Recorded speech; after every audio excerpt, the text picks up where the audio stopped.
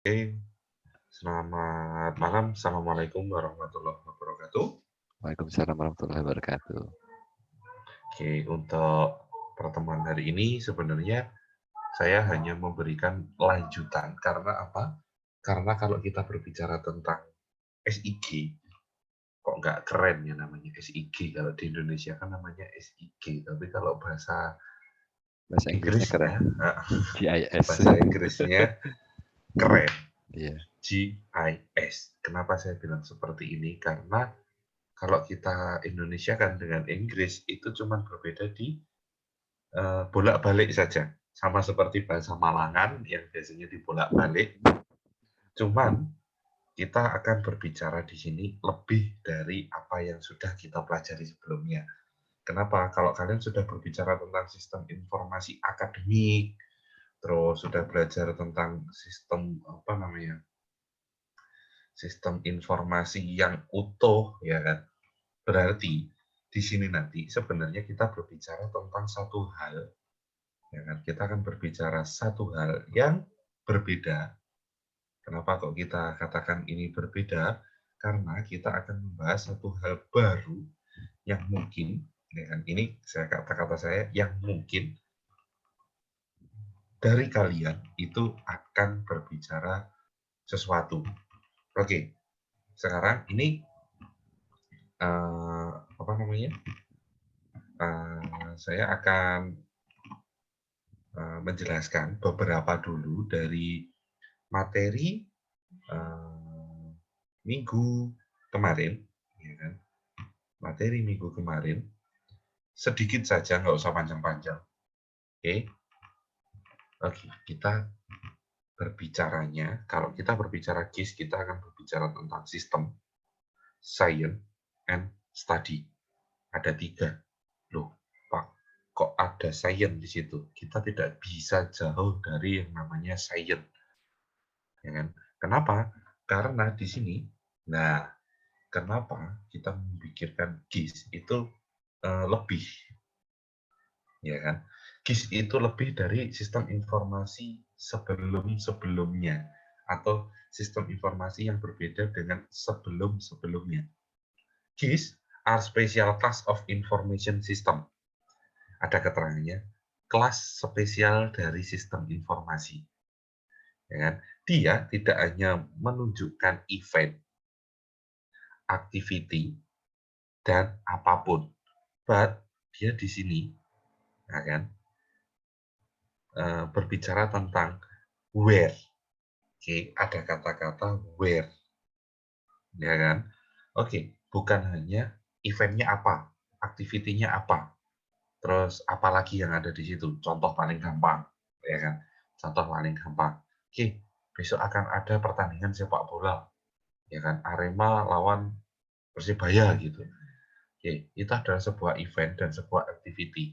Dan nanti akan ada things lain yang akan mengikuti seperti supporter, wasit, dan lain sebagainya.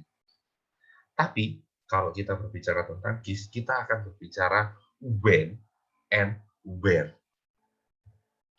When-nya itu kapan, where-nya itu di mana. Ya kan? Ada kata-kata ini. Nah, berbeda dengan sistem informasi yang lain, sistem informasi yang lain itu tidak ada when and where.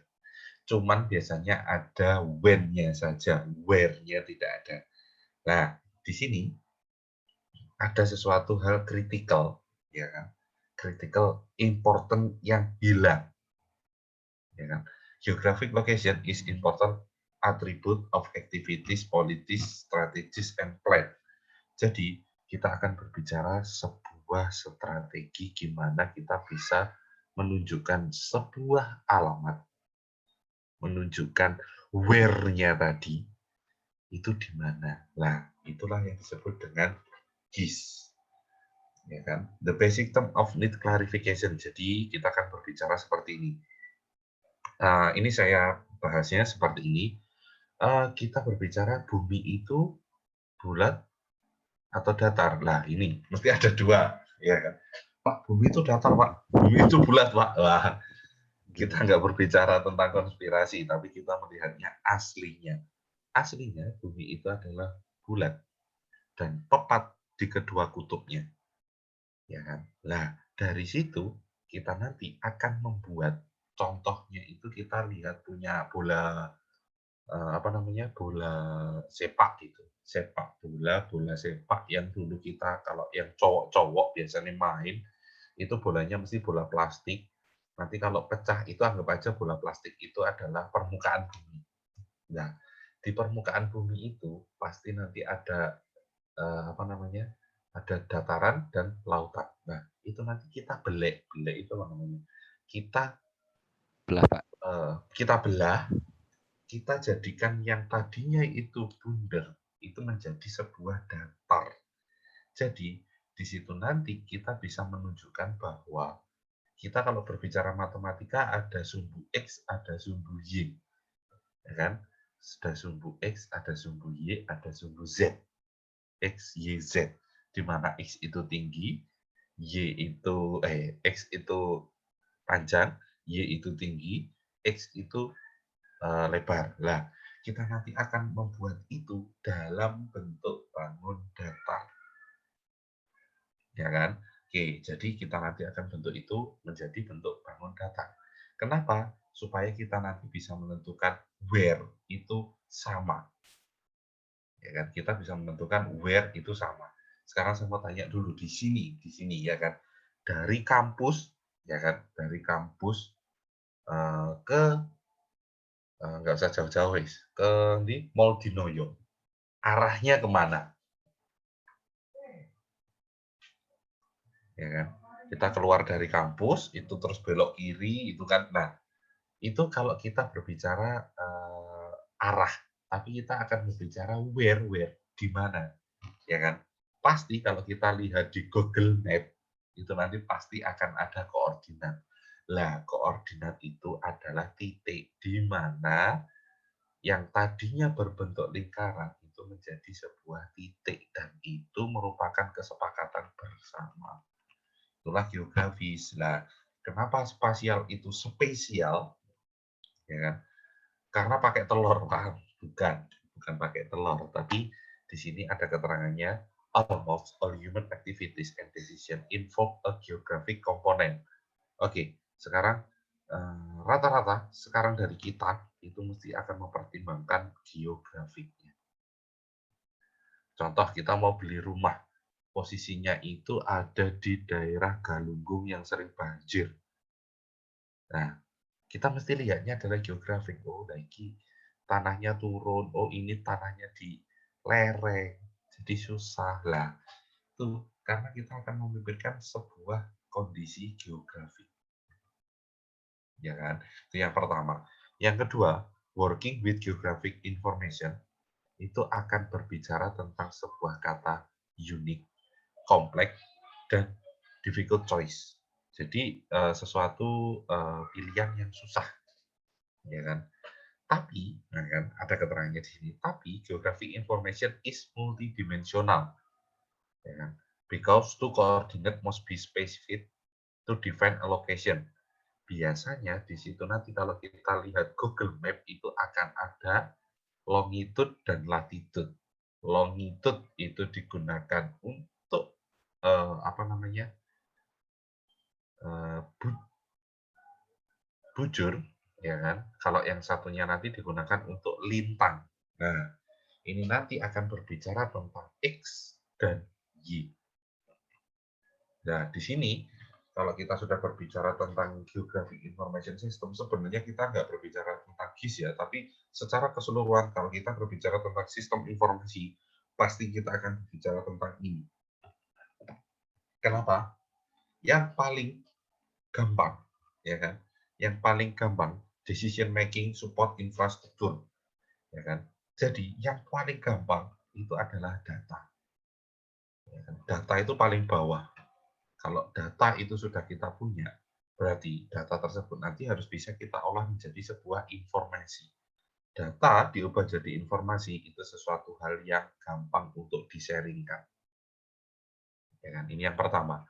Kalau sudah, kita butuh yang namanya evidence. Evidence itu adalah a halfway between information and knowledge. Jadi di sini nanti kita ngambil keputusan, ya kan? Bukan ngambil keputusan, kita ngambil sebuah kesimpulan yang berhubungan antara informasi dan data yang kita dapat. Itu kan kita lihat kenyataannya. Contoh, daerah Malang yang sering hujan itu mana sih? Yang kalau hujan banjir, Suhat, oke. Kita lihat evidennya. Oh iya, ternyata iya.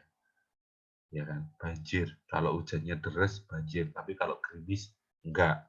Ya kan. Lah, di sini yang disebut dengan eviden. Berikutnya, kita ngambil keputusan itu susah. Namanya knowledge. Knowledge itu adalah ilmu pengetahuan. Jadi kalian nanti akan bisa mengambil sebuah keputusan. Knowledge itu kan ilmu pengetahuan ya. Kalian akan bisa melihat bahwa, jika terjadi hujan dengan intensitas tinggi lebih dari 1 jam, maka Suhat akan banjir. Knowledge. Ya kan? Loh, kok bisa ngambil knowledge? Iya, dari data dan informasi, dan kita lihat langsung ke lapangan, maka kita akan ngambil sebuah knowledge, pengetahuan. Lah, kalau kita sudah punya pengetahuan, kita melihat secara mata telanjang, eviden, nah, baru eviden itu bukti, ya kan? Kita punya bukti, kita punya knowledge, ya ini yang susah. Ngambil bukti dan ngambil knowledge dari data dan informasi, itu yang susah. Kita akan bisa menentukan wisdom. Wisdom itu sebuah keputusan. Lah, nih, mungkin di tempat kerja kalian masing-masing, itu kalian sudah jadi wisdom pengambil keputusan. Lah, kalian sebenarnya harus berpatokan pada hal-hal yang ada di bawahnya, dari bawah ke atas. Nah, di sini, kalau kita berbicara tentang GIS, kita akan berbicara tentang sistem dan sains. Kenapa? Nah, kalau kita berbicara tentang GIS, di situ adalah Computer Based System for Storing and Processing Geographic Information. Storing and processing. Berarti kita mengumpulkan data dulu, terus kita proses. Nah, setelah itu prosesnya kita tunjukkan ke masyarakat. Oh, ini loh yang sering banjir itu sini, sini, sini, sini, sini, sini, sini. Ya kan? Nah, itu fungsinya dari GIS. Ya kan? Kalau kita menunjukkan kono loh, yang Suhat loh, Suhat dowo kok, ya kan? Gitu kan? Kalau bahasa Jawanya, wong Suhat itu panjang. Suhat yang sebelah mana? Lah itu nanti kita langsung nunjukkan titiknya ada di sini. Ya kan? Contoh paling gampang kan. Wah, itu yang biasanya banjir itu di daerah depannya rumah sakit. Nah, titik di situ. Nah, itu nanti kita bisa bikin. Nah, tidak akan terbatas oleh prosedur, ya kan? Dan kita bisa memperbarui data. Jika data baru kita bisa masukkan, ya kan? Nah, kalau JI Science, Scientific Context and Underpinning of Geographic Information System, ada 2 bagian, ya kan? Geographic Information Science. Ya, kita akan berbicara GIS kalau kita sudah tahu sainsnya, scientific context. Nah, kita nanti, Pak, saya nggak bisa geografi, nggak apa-apa, saya dulu juga nggak tahu. Cuman karena kita sering gunakan, maka kita akan bikin sebuah sistem. Nah, di sini nanti information on the world itu yang pertama, how it looks. Bagaimana kita melihat, bagaimana kita bekerja. Yang terakhir adalah knowledge about process, ya kan? More valuable than form. Jadi kita akan berbicara lebih dari apa yang sudah kita lihat, ya kan? Karena kita dapat menggunakan untuk melakukan prediksi. Kita bisa melakukan untuk melakukan prediksi. GIS itu bisa kita kombinasikan. GIS kita bisa kombinasikan, berarti di situ ada general scientific knowledge in software dan specific information in database. Jadi ada 2 itu. Kalau kita berbicara form dari problem solving itu ada beberapa software produk, bisa berupa data, software produk, ada berupa dataset saja loh, dengan data activity of advanced in science and problem solving. Nah, ini kalau kita sudah bisa melakukan advanced science, maka kita akan menentukan problem solving. Oke, ini nanti sejarah-sejarahnya bisa dibaca. Jadi, ya, oke, itu dulu yang bisa saya jelaskan untuk yang pertama. Kita langsung nginjak untuk materi hari ini. Nah, ini kita berbicara GIS itu merupakan informasi geografis. Contoh, ya kan? Kita tidak bisa a day life dengan GIS. Jadi sebuah hari kita hidup itu membutuhkan GIS. Alarm goes off. Alarm goes off. Alarm akan mati. Ya kan? Alarm akan mati. Electricity asset management. Contoh yang paling gampang itu adalah kita bisa menunjukkan waktu sholat. Ya kan? Kita bisa menunjukkan waktu sholat. Itu kan ada alarm goes off. Ya kan? Selain itu kita bisa melakukan electricity asset management. Jadi ada lampu yang kita bisa matikan kalau dia sudah terang. Ada jam-jam tertentu. Shower, kapan kita gunakan shower, kapan kita tidak gunakan shower. Lah, nanti di situ ada keterangannya. Hydraulic model predict water usage. Lah, dengan kita menggunakan shower, kita bisa menentukan prediksi untuk airnya itu seperti apa sih. Terus ada lagi di situ nanti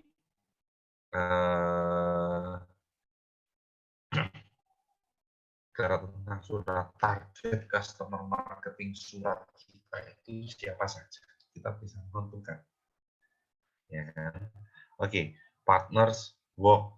Kita akan berbicara tentang teach GIS. Kita akan mempelajari tentang GIS ini karena kalau kita sudah berbicara GIS, kita tidak ada yang namanya senior, junior, expert, non-expert. Kalau kita berbicara GIS itu semuanya sama, ya kan? School transport atau biasanya school bus route optimization. Nah, jadi kita bisa mengoptimalisasi rute-rute di mana school bus nanti bisa jalan. Nah, ini ada keterangannya lagi. Aktivitasnya berlatih untuk bekerja. Jadi contohnya adalah pemantauan lalu lintas waktu nyata atau real time membaca koran. Kalau kita sudah berbicara membaca koran, kita bisa bikin aplikasi GIS-nya adalah kehutanan yang berkelanjutan. Karena koran itu dibuatnya dari kayu, maka kita bisa lihat berapa konsumsi kayu yang dibutuhkan untuk bikin koran sebanyak itu. Ya kan? Oke, kita kerja. Nah, kalau kita kerja, kita akan berbicara City GIS Management. Kalau kalian sebagai manajer, kalian bisa menggunakan City GIS Manager. Contohnya yang paling gampang, ya kan? Contoh yang paling gampang itu adalah jika kalian merupakan sebuah marketing. Nah, di situ nanti kalian harus bikin sebuah aplikasi, kita bisa bikin City GIS Manager. Atau biasa sekarang disebut Smart City. Lah, itu City GIS Manager, Smart City. Ya kan? Terus pada saat kita aktivitas makan siang, kita juga akan mikir, kalau saya makan, berarti kan di sini nanti saya berbicara tentang pertanian. Lah, kita berbicara tentang pertanian yang presisi, itu paling gampang. Kenapa saya bilang ini paling gampang? Karena apa? Kita mikir, kalau saya makan segini, terus luas lahan pertanian luasnya segini, Ya kan? Kalau nanti 1 meter persegi itu hasilnya segini, jika panen raya maka nilainya berapa? Nah, itu kan pertanian presisi. Oke, loh kok hasilnya harusnya 1 meter persegi atau 1 hektar itu menghasilkan 1 ton. Ternyata dalam panen kali ini 1 hektar itu tidak sampai 1 ton, ternyata hanya 800 kintal. Berarti ada yang salah. Nah, itu nanti bisa kalian tentukan kurangnya di mana, atau di pangan apa jenenge, hama atau apa. Lah ini namanya pertanian presisi, ya kan? Dan ini sekarang yang kita butuhkan, ya kan? Kehandalan. Maksudnya kita bisa memenuhi swasembada pangan itu penting. Terus berikutnya, perbelanjaan. Saat kalian ke mall, ya kan? Kalian lihat di situ yang jualan banyak sekali. Tapi di situ kita harus tahu dulu target pemasaran konsumennya seperti apa. Oke, yang paling laris kalau waktu di mall itu adalah baju, terus aksesoris perempuan. Lah, itu dia punya target pemasaran sendiri-sendiri. Nah, kalau berbicara tentang partisipasi publik, sekarang kita sudah berbicara tentang kolaborasi online. Ya kan, kolaborasi online. Nah, kolaborasi online ini bisa dipakai jika kita menggunakan sebuah, apa namanya, bisa bertukar data dengan stakeholder yang lain. Contoh, oh ini jalannya sekarang satu arah, nanti kita akan bikin aplikasinya nanti satu arah juga. Terus, sekarang minat GIS itu meningkat. Yang pertama, aplikasi melalui internet. Wow, banyak sekali Google Map sudah salah satu contohnya. Kita mau kemana-mana, nggak tahu arah, nggak tahu tempat, nggak tahu apa. Kita mau kemana dan kita ada di mana, kita sudah tahu. Nggak ada kata-kata, aku nyasar. Waduh, ya kan? Apa nggak ada Google Map? Itu yang pertama. Yang kedua, penurunan harga. Karena kita menggunakan map, maka akan menurunkan harga. Contoh dulu kalian, ojek pangkalan, sekarang ada ojek online. Harganya pasti akan beda jauh. Lah, itu salah satu contoh. Terus berikutnya, kesadaran yang lebih besar. Maksudnya di sini adalah kesadaran masyarakat untuk menggunakan GIS itu yang lebih besar. Ya, GIS-nya lebih besar. Terus, kemudahan pengguna yang ditingkatkan. Banyak sekali. Contoh sekarang kita bisa bikin titik, kita bisa menentukan, oh saya punya usaha di sini, berarti saya akan mendaftarkan tempat titik saya kerja ini, ya kan? Aplikasi ini untuk menentukan bahwa kalau nanti cari tempat saya, oh ada di sini. Nah ini kemudahan pengguna.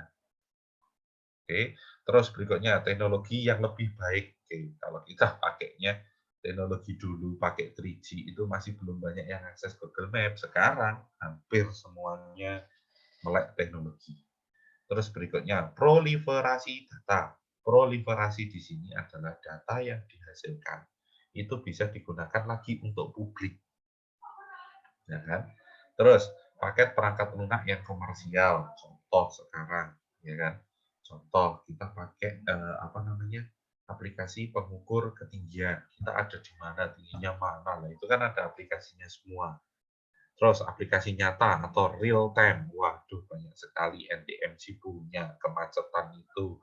Terus kita bisa lihat real time kondisi yang ada dimanapun itu bisa. Terus terbukti biaya, jadi manfaat kasusnya kalau kita bikin sebuah GIS itu nanti akan terbukti biayanya. Contoh yang paling gampang, kalau di setiap perempatan harus ada polisi, maka berapa polisi yang diterjunkan untuk mengamankan Malang Raya? Ya kan? Ada berapa perempatan di situ? Nah, tapi kalau kita pakai CCTV, maka kita bisa gunakannya lebih mudah. Nah, ini di sini biaya. Oke, di sini kalau kita berbicara tujuan pemecahan masalah terapan. Oke, kalau saya nanti berbicara tentang GIS, tolong saya nanti diingatkan untuk kita langsung pada contoh contoh masalah pemecahan dan aplikasinya. Kita nanti akan berbicara seperti itu. Alokasi sumber daya yang rasional, memantau distribusi spasial, memahami pentingnya tempat, memahami proses, resep strategi pemeliharaan dan konservasi. Ini salah satu beberapa contoh masalah yang sering akan kita temukan. Oke, 5 M dari GIS terapan itu yang pertama pemetaan, ya kan? Pemetaan. M ini sebenarnya pakai bahasa Inggris ya, tapi kalau diterjemahkan pemetaan. Kalau sudah kita petakan berarti akan kita ukur. Kalau sudah kita ukur kita akan pantau. Kalau sudah kita pantau kita modelkan dan yang terakhir kita kelola. Ya kan? Ini. Nah, terus model difusi Roger. Jadi yang pertama inovator. Kalau kita berbicara, oh kalau aplikasi ini keren ya. Oke, nggak apa-apa. Kita harus ambil resiko. Inovator itu pengambil resiko. Pengadopsi awal itu adalah orang yang membentuk opini. Versi alfa, versi beta, itu kan adopsi awal. Sama kali dia ngadopsi awal itu alfa, beta. Baru dia jual itu versi cupcake, ya kan? Itu pengadopsi awal, membentuk opini. Oke, mayoritas awal itu adalah pengikut teman sebaya. Oke, pertama kali Android booming, nah Windows Phone dia keluar. Nah, itu pengikut teman sebaya. Terus, mayoritas akhir pengikut tren pasar massal. Berarti dia tidak bisa menentukan awal, tapi dia hanya sebagai follower saja. Terus ada lagi, wah, dhisik ngene kok saiki ya seperti ini lagi. Oh, lagar dia. Berorientasi ke masa lalu. Jadi kalau kita berbicara tentang GIS, maka kita akan berbicara banyak hal. Oke, ini beberapa contohnya adalah government, local government. Jadi pengguna utama GIS 70-80% tugas pemerintah daerah terkait secara geografis. Contoh lurah, ya kan? Lurah, camat, RT, RW itu GIS semua. Ya kan? Banyak aplikasi misalnya persediaan aset, perencanaan transportasi, pengelolaan lahan, pertumbuhan ekonomi, pemilihan, kesehatan masyarakat, pengiriman, dan lain sebagainya. Itu pemerintah lokal itu beberapa aplikasi yang bisa digunakan. Ya kan? Terus, penilaian pajak. Lah, yang paling gampang. Meningkatkan pendapatan dari pajak properti. Ya kan? Oke, pertahankan daftar properti. Kalau udah ada yang masuk ke daftar, berarti dia di situ akan dinilai evaluasi nilai tanah. Harga tanah tidak pernah turun. Berarti pajak yang kita terima juga akan naik. Ya kan? Menangani pertanyaan dan keluhan publik. Karena kita sudah tahu, maka kita bisa menjawabnya. Tetapkan nilai ke properti berdasarkan biaya penggantian, penghasilan jika disewa, perbandingan pasar dengan penjualan baru-baru ini, dan sebagainya. Ya kan? Contoh, perencanaan bisnis dan layanan.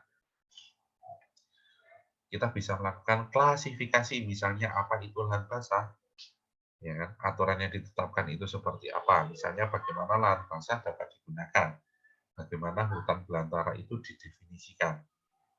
Nah, ini biasanya kita berbicara bisnis dan layanan itu modelnya seperti ini. Diklasifikasikan, ada aturan bakunya, ada hukumnya, baru kita bisa bikin geografisnya, informasi yang bisa kita berikan ke masyarakat. Ya kan? Logistik. Ya kan?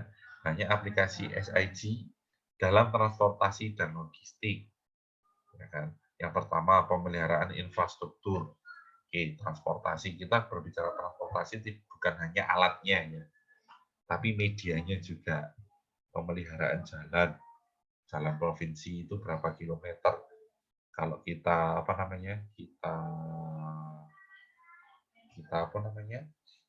kita rawat itu per meternya berapa. Terus berikutnya perencanaan perjalanan, rute, pelacakan kendaraan. Kita bisa pakai GPS juga toh. GPS kan juga geografik juga. Ada dua komponen. Yang pertama statis, itu infrastruktur statis itu tidak akan berubah. Ya kan? Kalau yang dinamis itu ada kendaraannya. Jadi kita bisa melakukan aplikasi di dua komponen ini. Perencanaan evakuasi darurat. Lah ini yang sekarang dipakai oleh BPBD. Dan alhamdulillah BPBD Indonesia sekarang sudah pakai GIS, ya kan. Oke, maka kita memerlukan evakuasi daerah. Terus berikutnya untuk lingkungan hidup, aplikasinya banyak, ya kan, inventarisasi sumber daya alam, ya, termasuk juga mungkin di situ apa namanya sumber daya alam nanti di situ. Oh ternyata di sana ada tambang, di sana ada minyak, di sana ternyata ada emas. Ya. Terus perbaikan lingkungan atau biasa disebut dengan apa namanya konservasi. Nah, konservasi ternyata oh banjir yang ada di Suhat itu karena apa namanya penurunan permukaan tanah. Nah, kita bisa lakukan perbaikan lingkungan, termasuk juga kita bisa melakukan pembangunan berkelanjutan, ya kan? Sustainable development. Nah, dan terus berikutnya pertanian presisi, mitigasi bahaya alam, analisis mengenai dampak lingkungan. Loh. Banyak sekali. Sekarang rata-rata pakainya GIS. Terus ringkasannya adalah GIS pada dasarnya adalah ilmu pemecah masalah. Banyak penerapan SIG di berbagai bidang yang sangat luas. Oke, memahami ilmu di balik aplikasi akan membantu. Jadi interpretasi hasil, memahami bobot yang di bawah, ya kan. Oke, sampai di sini mungkin ada yang mau ditanyakan atau mungkin di-sharing-kan sebelum saya memberikan tugas ke kalian.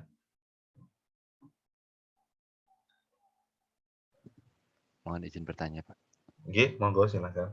Iya, Pak. Untuk di sistem informasi kita ini, di Mhm, prodi kita, mhm. tujuan kita mempelajari SIG yang terutama apa, Pak, ya? Soalnya kan kayaknya kemarin Oke, belum disebutkan ya, oke, dan, heeh. terkait luasnya bidangnya apa, GIS ini, Pak.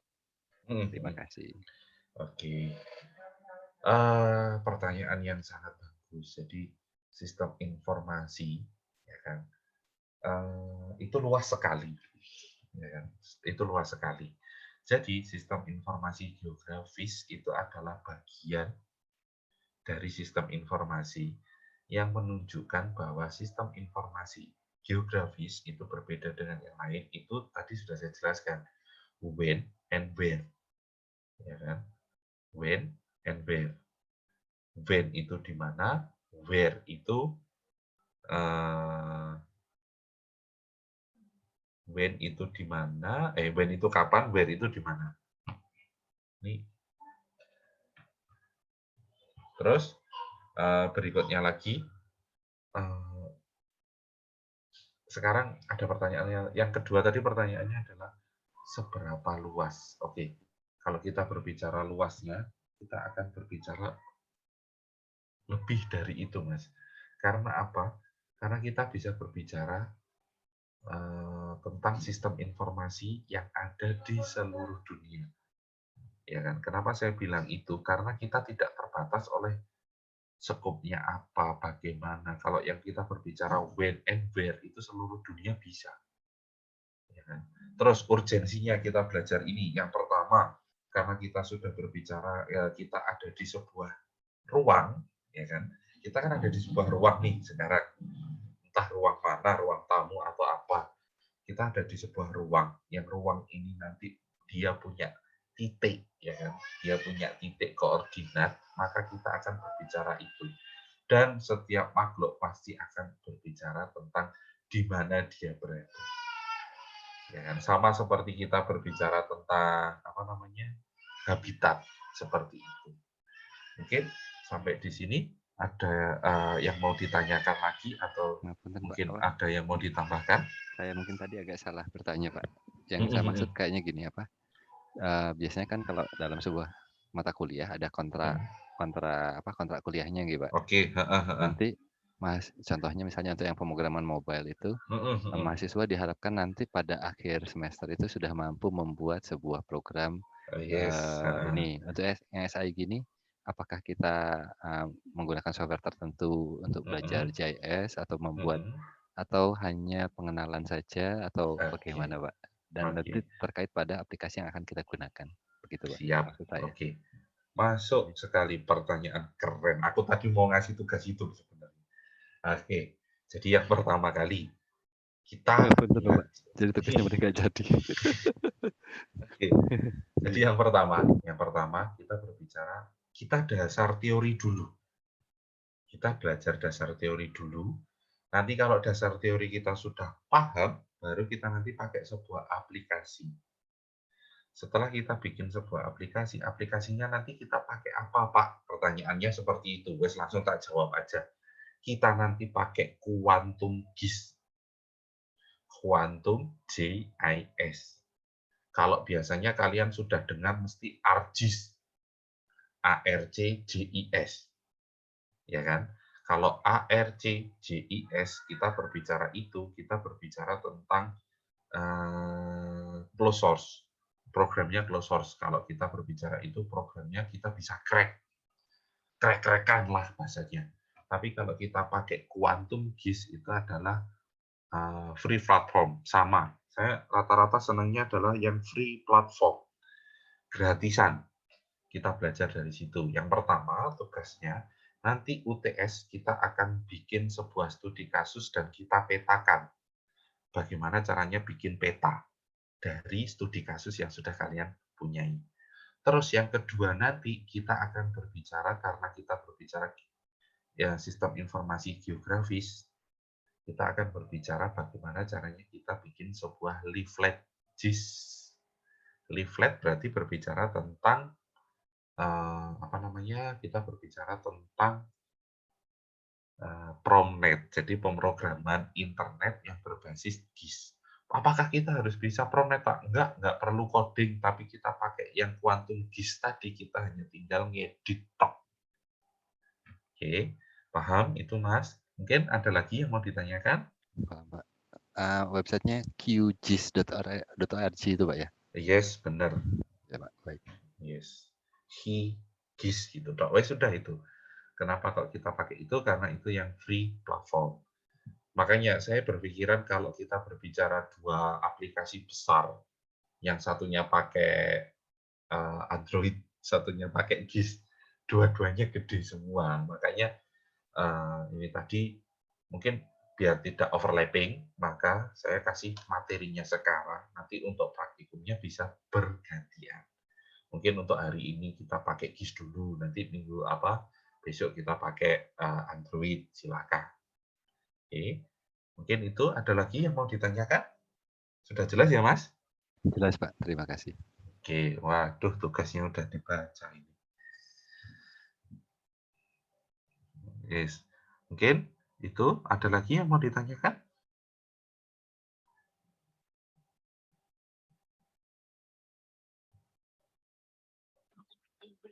Sudah jelas, Pak.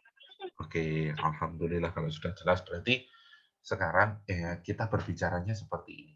GIS itu adalah pemecahan masalah.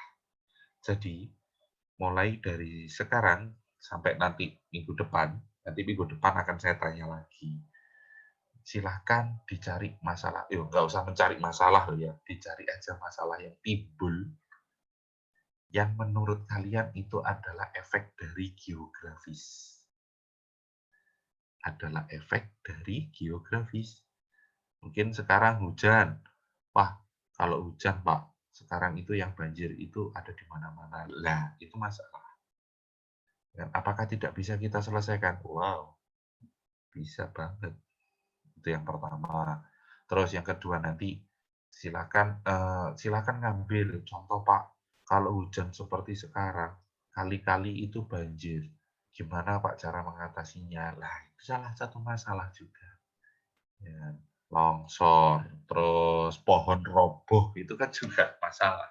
Jadi, silakan kalian mengamati dulu sambil berbicara bahwa saya tadi sudah, ini nanti materinya saya share di LMS, bisa kalian pelajari. Di situ tadi kan ada banyak sekali ide dan masalah yang biasanya muncul. Nah, itu nanti kita terapkan ke GIS. Ya, kita terapkan ke GIS. Ini saya ngambil satu contoh saja. Mungkin terlalu berat buat kalian, tapi ini yang harus saya bicarakan ke kalian. Oke, manfaat dari GIS ini sebuah analisis yang pernah saya bikin dan alhamdulillahnya adalah saya nggak berpikiran tentang uangnya, tapi saya bisa menganalisis sebuah pemasaran, ya kan, jika kita melakukan menggunakan GIS. Contoh yang paling gampang. Dulu di Malang itu pangsa pasar untuk makanan beku itu apa ya? Makanan siap saji. Salah satu saja. Aku harus bilang merek kok nggak enak ya. Ya wis itulah. Tuh, pokoknya sing enek burgere, terus sing enek ayami, nah itu. Dia pertama kali membuka gerai pertama kali itu ada di pusat kota. Padahal pengembangan kota itu ada di daerah utara barat, ya kan? Di daerah utara itu di daerah kampus, dan yang kedua itu di daerah pemukiman itu daerah timur, Malang. Ya kan? Terus dia bertanya, kalau saya mau membuka cabang, kira-kira yang paling besar pangsa pasarnya itu yang mana? Saya langsung jawab 2 tempat itu tadi. Kenapa? Karena saya menganalisisnya adalah satu, penduduk yang paling banyak itu di mana? Oke, kos, ya kan? Lowok Waru, daerah Lowok Waru, Klojen dan lain sebagainya. Wah, kos-kosan banyak. Otomatis di situ banyak warga. Kalau kita bikin sebuah gerai di situ, pasti dia akan lebih besar daripada kita harus ke kota. Satu catatan. Dan ternyata dia bikin di dekatnya kampus dan dia laris. Itu yang pertama. Yang kedua, dia pengen bikin sebuah take away. Dia dulu biasanya pakainya take away. Jadi saya juga harus memikirkan bagaimana kalau dia nanti pesen, terus saya harus ngantar. Kira-kira yang bisa mengcover untuk daerah Kota Malang supaya tidak macet, distribusinya sama, ya kan? Cukup kita yang ngantar, nggak sampai 30 menit loh, 30 menit. Malang kota mana yang tidak macet, 30 menit dia harus nyampe. Lah itu kita pakai GIS. Ya kan? Kita pakai GIS, pangsa pasarmu ada di mana. Ya kan? Terus kalau menuju ke sana seperti apa? Ini salah satu contoh saja. Oke, itu masalah. Nanti bisa kalian bikin yang lainnya, bisa dari alam, bisa dari ekonomi, sosial, budaya, semuanya bisa kita bikin GIS. Oke, mungkin sampai di sini ada yang mau ditanyakan atau mungkin mau sharing, silahkan. Oke, sudah jelas ya? Tugasnya itu tidak akan saya upload di LMS. Maksudnya tugasnya nggak tak tulis di LMS. Tapi minggu depan kita bisa sharing itu semua. Oh, berarti tugasnya tidak dikumpulkan, Pak? Nggak dikumpulkan. Tapi nanti silakan langsung ditunjukkan. Kalian bisa bilang seperti ini. Pak, saya kemarin seperti ini langsung des. Oke, satu. Ini 2 des sudah. Satu masalah besar yang akan diangkat. Saya pengennya nanti sebelum kalian puasa, saya sudah menunjukkan bagaimana cara memecahannya. Paham sampai sini? Paham, Pak. Berarti cuma masalahnya aja tanpa solusinya, Pak ya. Berarti cuma masalahnya aja. Masalahnya saja dulu. Siap. Karena kita mau ngambil solusi kan harus ada masalahnya dulu. Oke. Kalau tidak ada lagi, terima kasih atas partisipasinya. Jika ada kurang lebihnya, mohon maaf. Saya akhiri. Selamat malam. Wassalamualaikum warahmatullahi wabarakatuh. Waalaikumsalam warahmatullahi wabarakatuh. Masih banyak, Pak. Waalaikumsalam warahmatullahi wabarakatuh. Sama-sama. Mohon izin saya end meeting ya, Pak ya. Iya, Mas.